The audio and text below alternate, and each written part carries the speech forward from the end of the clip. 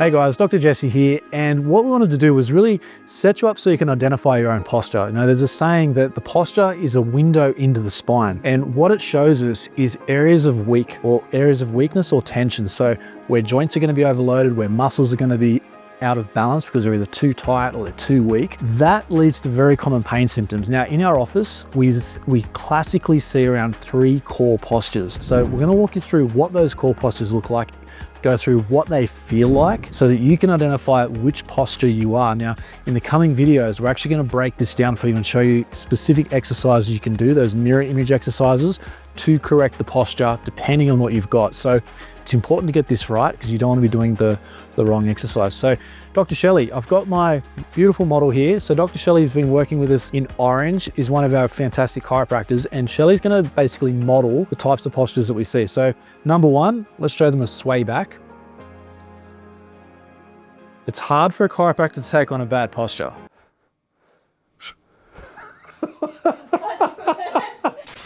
All right, we're back. We actually had to practice on how to show you bad posture. So here we are. Dr. Shell's going to show you a sway back. Now, classically with this posture, we see a lot of rounding in the middle back.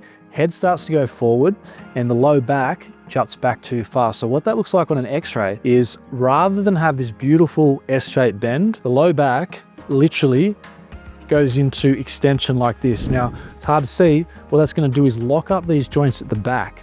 So this is when we start to see pain at transition points, being right at the base of the spine, the change in curve from the low back to the middle back. So this area gets super ropey, super tight, and we then see a lot of tension in the shoulders. They come really knotty and tight. Then, because Shell's head goes forward, what you're going to see is the skull compresses down onto that top bone in the neck. So common thing here is starting to get a lot of headaches, either at the back of the skull or even radiating toward the front of the skull. What this will feel like for the low back, you can stand there, I know you're going to start getting sore, is people will say, hey, if I've got to stand there talking to someone for more than 5 minutes, I've got to start shifting my weight because my back just starts to get sore. Or if I sit for too long, trying to get out of a chair, it's like pinchy until I take a few steps to get going. Super common posture, particularly in women, having spent years post giving birth and then carrying babies, feeding them. We're spending so much time looking down. Who else do you see this in, Shell? Kids that sit and text. That's a big one. It's really bad these days. Yeah. So there's a few things you can do for this. That's for another video. But the next most common posture we see is the forward low back. Do you want to try and demonstrate that one? Now this one took a lot of practice, guys. This is where you're getting that anterior pelvic tilt. Right. So the common one with this is where the butt sticks out and the body goes forward. What happens then is a spine that puts a lot of strain on the muscles at the base of the spine in the lower back, and it also flattens out the middle back. So this area gets quite tight and we tend to get very rigid up through the neck as well. Now what's actually happening is if we've got our trusty spine, this low back now shifts forward. So rather than the weight being able to go down nice and evenly from this bone into your pelvis, the muscles are forced to try and hold it. This commonly leads to a thing called spondylolisthesis, which actually can develop into a stress fracture in the low back, which obviously causes inflammation and pain. So the common symptoms we see with this, people say things like, hey, if I've got to stand there brushing my teeth with just that slight forward bend when I'm doing this, my back's really dicky. It sometimes freezes up and gives way. Or if I'm standing up cutting at the kitchen sink, preparing food, washing up, if I'm working at a workbench and I'm working over things, quite often I get this, my back will get sore, but then it can give me these sudden give ways.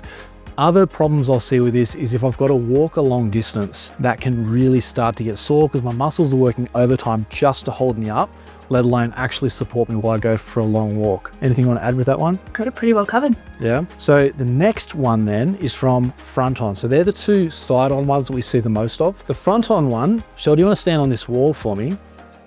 And can you show us what antalgia looks like? So if someone's got a disc injury. So what you see with Shell is her sternum is deviating across from her pelvis and lower back.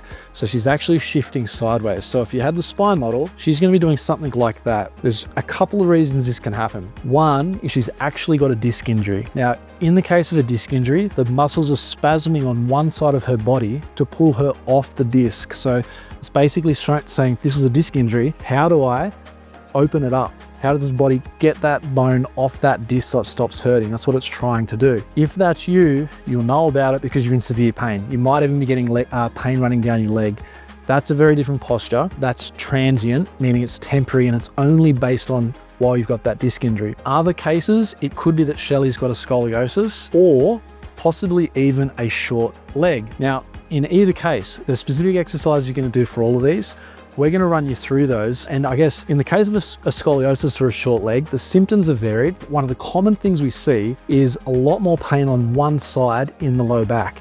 And people will say, hey, if I sit in my car for half an hour, I've got to start moving. But then when I get out of, because I'm so uncomfortable, but as I start to get out of my car, it's even worse. Other things would be if I've got to walk a long distance, I just get this pain building up on that one side in my lower back. What else are we missing? The main ones, yeah.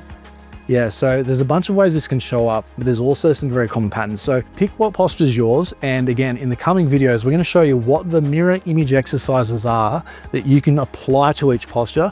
And the beautiful part about this is there's only one, maybe two. You don't need to be doing hours in the gym to fix this. You just need to do the right mirror image exercise for you. And you couple that with the other spinal hygiene techniques that we're going to show you in the coming video. And before you know it, you're going to be increasing your motion, increasing your stability, and starting to feel better.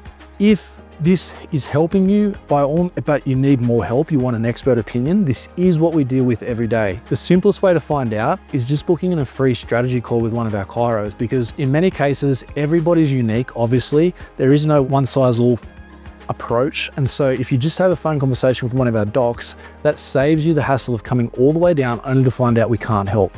So my docs at lunchtime, after hours, they'll get on the phone, they'll have a quick conversation with you, help you work out if this is right for you, as in our approach is right for you, if we can help you, what the next steps would look like, and go from there. And if we can't help, they're going to be able to work that out too, let you know and point you in the right direction. Anyway, I'll see you in the next video.